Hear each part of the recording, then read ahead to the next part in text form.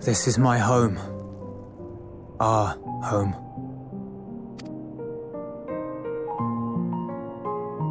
At least it was until that night.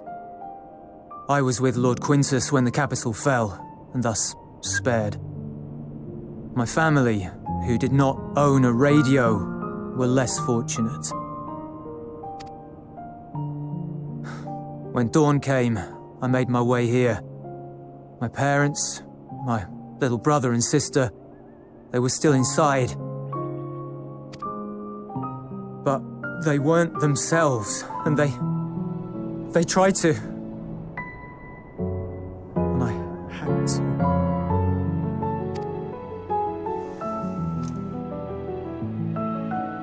I'd promised to take them away from the capital that very morning, to somewhere safe, to hide until the fighting stopped. I promised.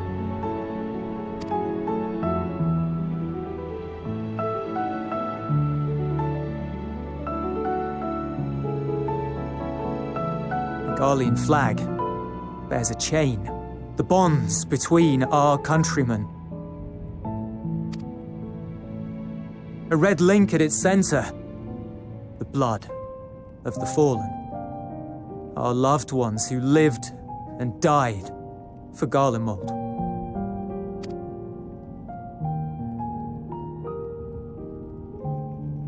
But if she too fell, who would be left to remember them and their sacrifice? What enduring proof would there be that they were ever here? If we had turned to your gods, would they have saved us?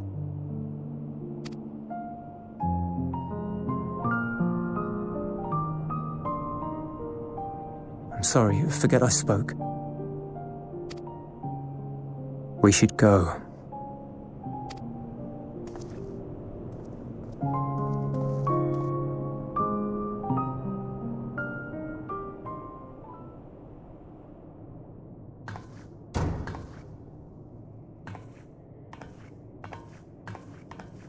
It's no use. Believe me, I do not enjoy being here any more than you. But he wanted us to play along, so that is what we will do.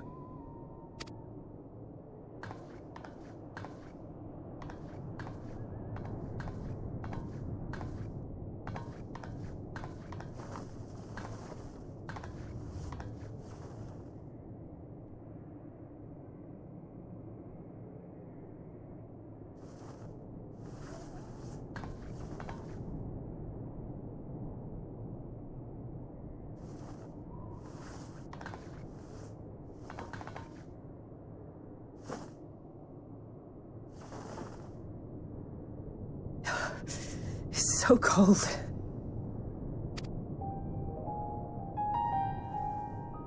Painfully so. Unbearably.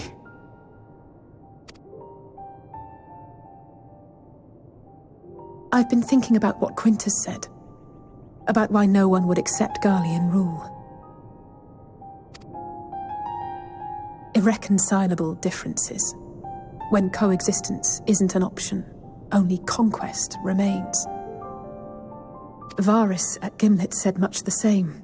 Only by uniting the world beneath a single standard would we rid ourselves of the Ascians. United as one people, one race cleansed of imperfections. A cold and unforgiving vision. And when we fail to live up to their standards, what place is there for us in their world?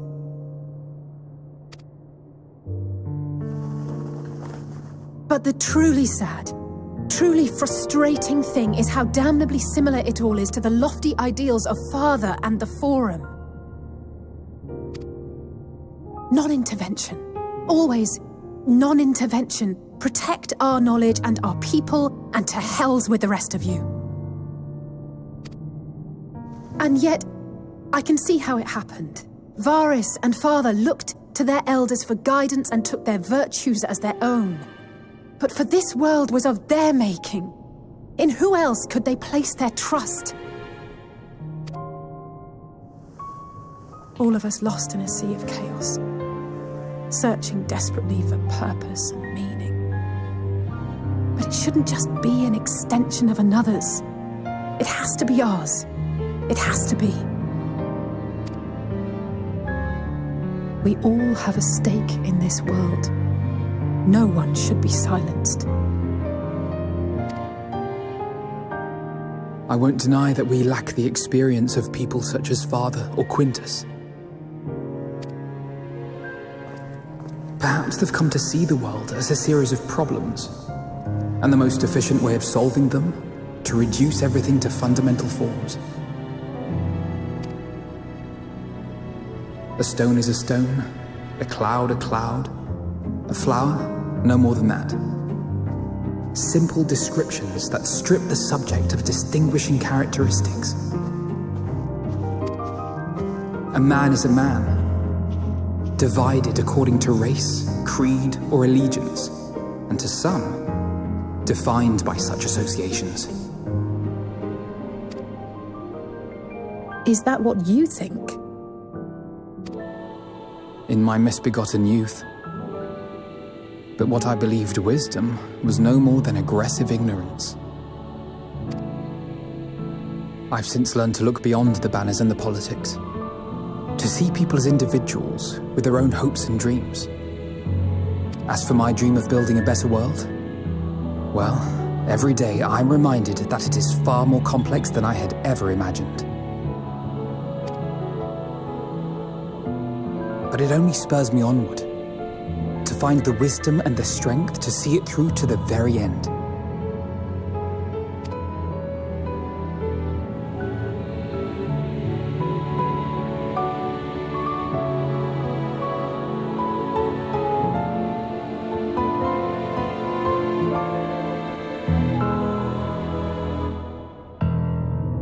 All of our supplies and an immediate withdrawal. These are your conditions? Demands. And you forgot about the airship. Once again, you will leave one behind. It will be used to return the prisoners. Their collars will be removed prior to the exchange.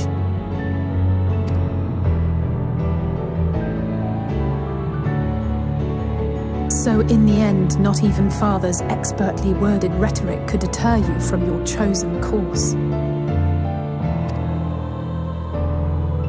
Huh? Not that I thought for a moment that it would. I've no love for violence, of course, but ours is a cause worth fighting for. I just wish he'd realize it too. Sometimes the only way to protect the ones you love is to take a stand, to refuse to suffer in silence. I want you to know I share your conviction. Whether it be on the battlefield or in the debating chamber, I won't back down. I guess what I'm saying is...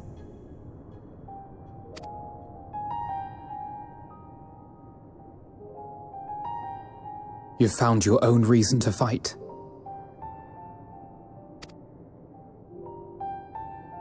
Yes. Yes, I have. God's willing, there will come a day when we can finally lay down our arms, and there will be peace. But not until the Telophoroi have been defeated once and for all. And you, brother, will have a vital part to play. By your words and deeds, you'll lead the way. I pray I am up to the task. There'll always be naysayers. Those who think us fools for even trying. It's easy for learned elites to criticize earnest efforts and assert their moral superiority, all without offering alternatives. Not that their sophistry has ever wounded you. So stubborn and strong. Stronger than you even know. Don't ever change, you hear me? If you stumble, I'll be there to catch you. Or give you a thick ear. Maybe both, for good measure.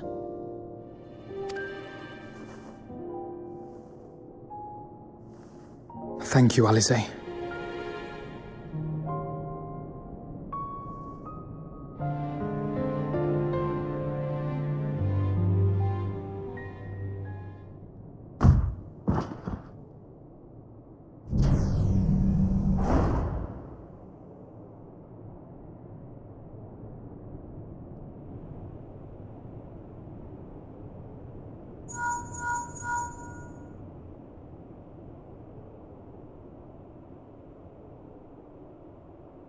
The scouts have secured Alice and Alphino. Their collars were removed without complication as well. They report no casualties, not for their party nor the guards, who will wake from their premature slumber in due course.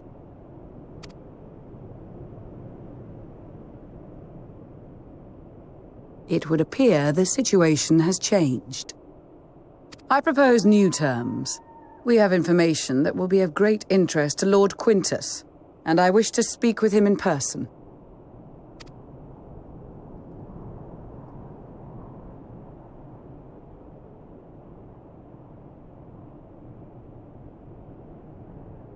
No. In the event you rejected our first proposal, we came prepared with a second.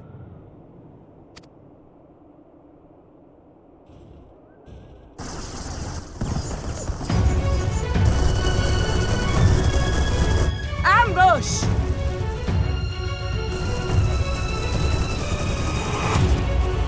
More are coming! Make ready! We, the loyal soldiers of the First Legion, proud servants of Garlemald, of the fallen Emperor Varys, shall safeguard these lands from the barbarian hordes until our countrymen return!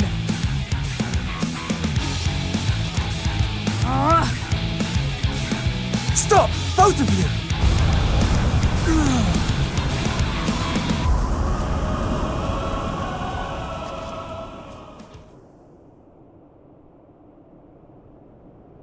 This child may be the worst emissary I have ever seen.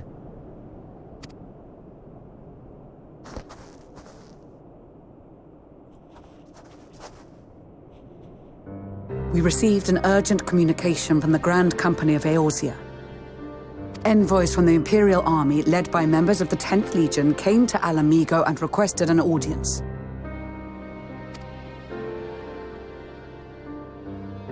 They explained that their efforts to coordinate the reclamation of the capital with the aid of the 4th, 5th, 8th, and 12th had ended in failure. Communication between most legions has broken down entirely. Most of the 10th's conscripts have deserted, leaving their forces severely depleted. That is why, unable to continue the fight on their own, they and their allies turned to the Grand Company of Eorzea for aid. Lies. Every word. It is the truth, and I have not finished.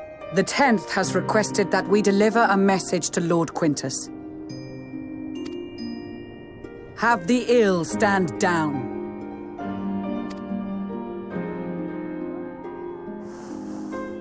You have been listening, my lord? What are your orders?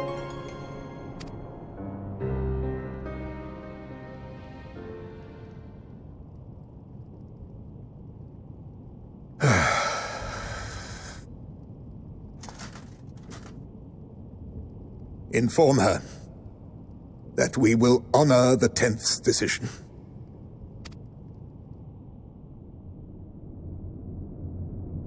Bereft of hope, and now dignity.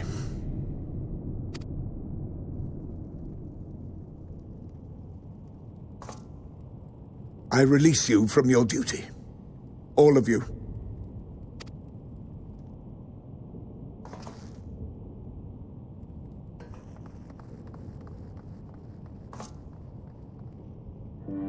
I take solace, your radiance, in the knowledge you are not here to witness our debasement. 'Twas a grand, glorious dream we shared. Of a world united, of peace and prosperity.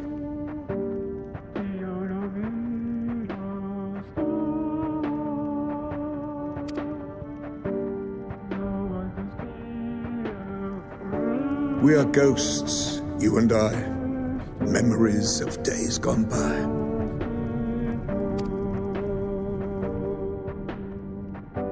Bonds forged in blood that I will not see tarnished.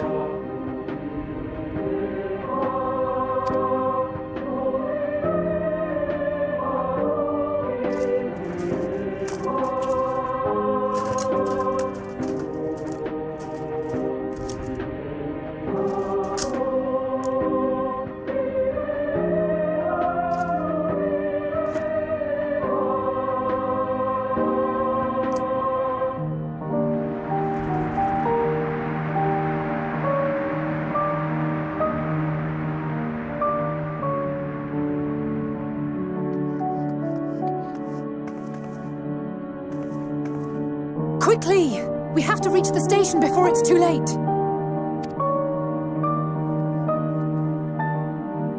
If there is still a chance that Quintus will agree to a truce, we must take it.